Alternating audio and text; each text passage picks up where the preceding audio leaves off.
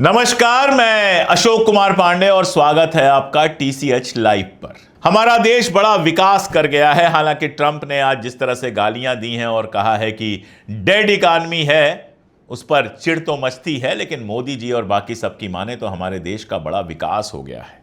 और भारतीय जनता पार्टी जब आई थी तो उसका नारा था सबका साथ सबका विकास। कितना विकास हुआ है ये आप देख लीजिए। एक खबर से झांसी के पास मोठ के पास की यह खबर है। मोठ एक जगह है, वहां की यह खबर है जहां गांव है बमरौली। आजकल बहुत सारे प्राइवेट माइक्रो फाइनेंशियल बैंक्स खुल गए हैं।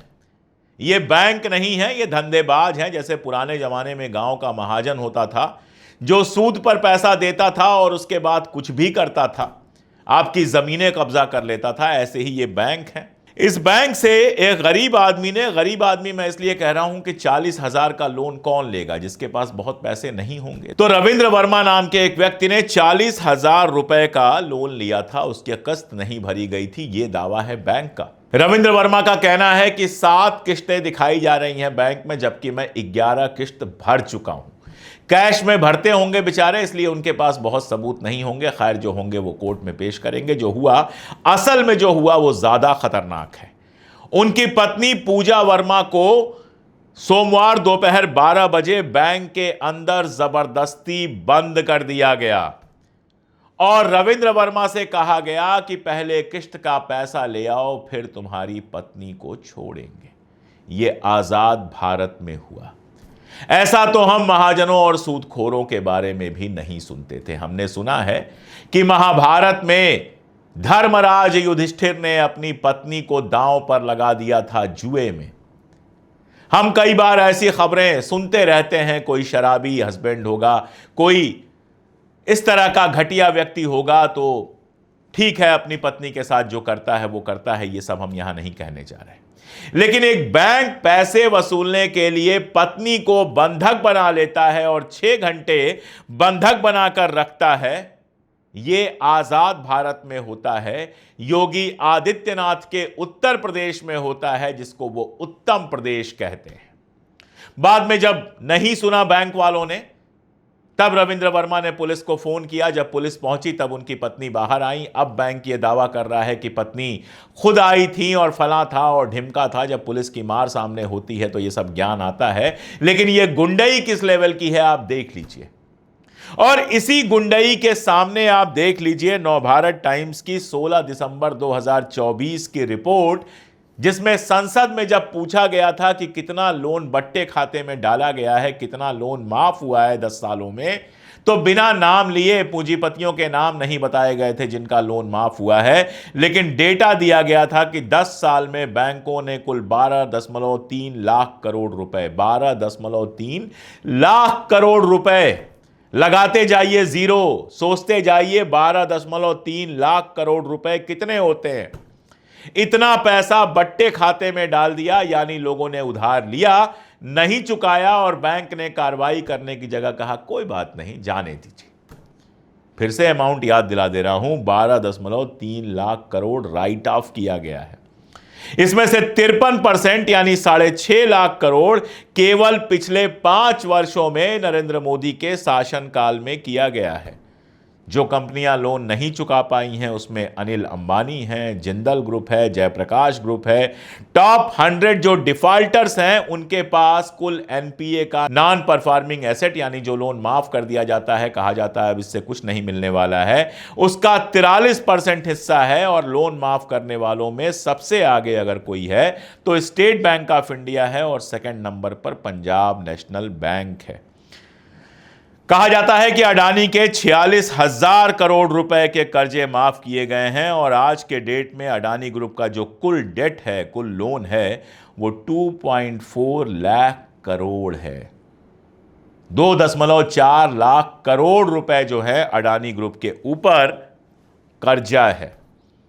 कितने डेटा दूं, जानते ही हैं आप। अंबानी जी का 90% से ऊपर एक लोन था जो माफ कर दिया गया। अब जाकर एसबीआई ने कहा है फ्रॉड है। लेकिन आप कल्पना कर सकते हैं कि लोन ना चुकाने के लिए कोई अडानी को 10 मिनट बिठा ले बैंक में, अंबानी को 15 मिनट बिठा ले बैंक में। आप कल्पना कर सकते हैं अडानी अगर किसी बैंक में पहुंच जाए तो उसका जो सबसे बड़ा अधिकारी होगा वो हाथ जोड़े चला आएगा।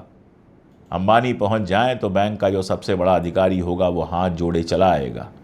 लेकिन एक गरीब आदमी जिसकी अगर किस्त होगी 2000-4000 रुपए की, वो नहीं चुका पाता है तो उसकी पत्नी को बैंक के अंदर बिठा लिया जाता है, अपहरण कर लिया जाता है, बंधक बना लिया जाता है। यह खबर बाहर आई तो इस पर बहुत शोर हुआ, लेकिन पता नहीं कितनी ऐसी खबरें होंगी, पता नहीं कितनी जगहों पर ऐसा व्यवहार किया गया होगा।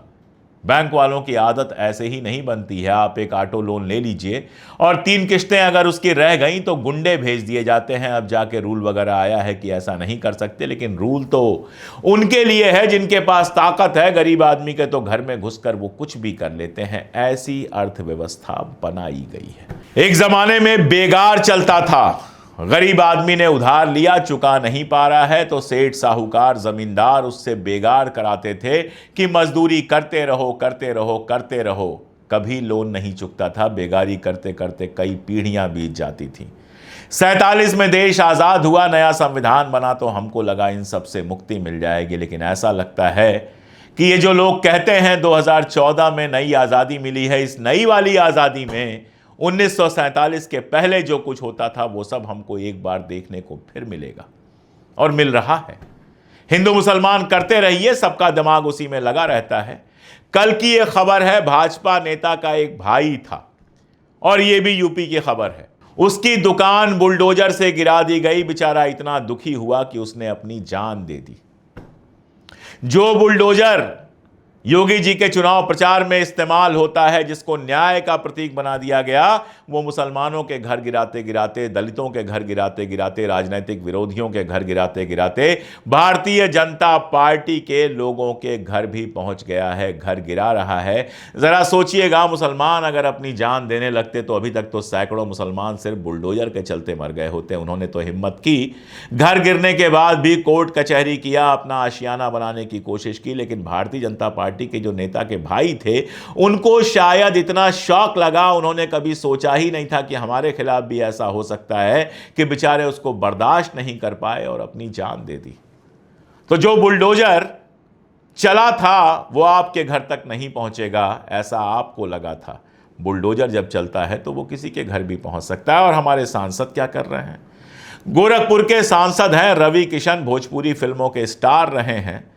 संसद के अंदर अपने मोबाइल से पढ़ पढ़ के इतना इंपॉर्टेंट क्वेश्चन पूछते हैं कि समोसा का दाम अलग अलग क्यों है, समोसे का दाम क्यों बढ़ रहा है। समोसा उनकी चिंता का केंद्र है। देश में गरीब जान दे रहा है। देश में यह हालत है कि किस्तें ना चुका पाने पर प्राइवेट बैंक जो हैं, एक आदमी की पत्नी को घंटों दरवाजा बंद करके अंदर बिठा ले रहे हैं। हालत यह है कि आपके घर का कोई मर जाए तो हॉस्पिटल लाश तब तक नहीं देंगे जब तक आप पूरी फीस क्लियर ना कर दो। हालत यह है कि लोगों को एम्बुलेंस नहीं मिल रही, पीठ पर लाद कर लोग ले जा रहे हैं, ठेले में लाद के ले जा रहे हैं मरीजों को। और हमारे सांसद, गोरखपुर के सांसद, समोसे पे सवाल पूछते हैं, महंगाई पे सवाल नहीं पूछते। ये समझ ही नहीं पाते कि समोसे का दाम आसमान में नहीं बढ़ता है। अरे तेल महंगा होगा, सिलेंडर महंगा होगा, आलू महंगा होगा, आटा महंगा होगा, मैदा महंगा होगा, तो समोसा कहां से सस्ता होगा। लेकिन संसद में बात करनी है समोसे की। गरीबी, बेरोजगारी, महंगाई, इनकी बात तो इनके मुंह से निकलती ही नहीं है। गुंडों की तरह प्राइवेट सेक्टर फैल गया है। मोबाइल ऐप है जिनसे आपको लोन मिल जाता है। आदमी लोन क्यों लेता है? नहीं हालत होती है, नहीं काम चल पाता है, कोई ज़रूरी काम आता है, आदमी सोचता है चलो 20-25 हज़ार रुपये लोन ले लो, 50 हज़ार ले लो, धीरे धीरे करके चुका देंगे। हमारे घर में जो हमारी सहायिका हैं वो बता रही थी कि उनके साथ की महिलाएं लोन ले रही हैं। मैंने उनको कहा कि आप कभी भी लोन मत लीजिएगा, 2-4-10 हज़ार की ज़रूरत हो मुझसे ले लीजिएगा, लेकिन ये ऐप वाले लोन आप कभी मत लीजिएगा, बेहद ख़तरनाक हैं। ये जो प्राइवेट माइक्रो बैंकिंग कर रहे हैं या फिर ऐप वाले जो लोन हैं, ये बेहद खतरनाक हैं। आपको एक ऐसे जाल में, आपको एक ऐसे चक्कर में फंसा देंगे जिनसे निकलने में आपकी हालत खराब हो जाएगी। आप 100 रुपए लोन लेंगे और 1000 रुपए चुकाने के बाद भी लोन पूरा नहीं होगा। ब्याज ब्याज पे ब्याज, ब्याज पे ब्याज।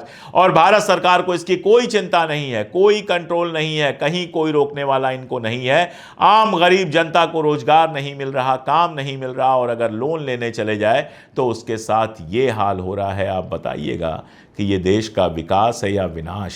और मेरी अपील है आपसे कि इस तरह के माइक्रो फाइनेंस बैंकों से और ऐप वाले जो लोन हैं, कई सारे चाइनीज ऐप वगैरह हैं जो लोन देते हैं, इनसे 100 कदम दूर रहिए। कभी गलती से भी इनसे लोन मत लीजिए। और यहां तक कि बड़े बैंकों से भी लोन तब तक मत लीजिए जब तक बहुत जरूरी ना हो जाए।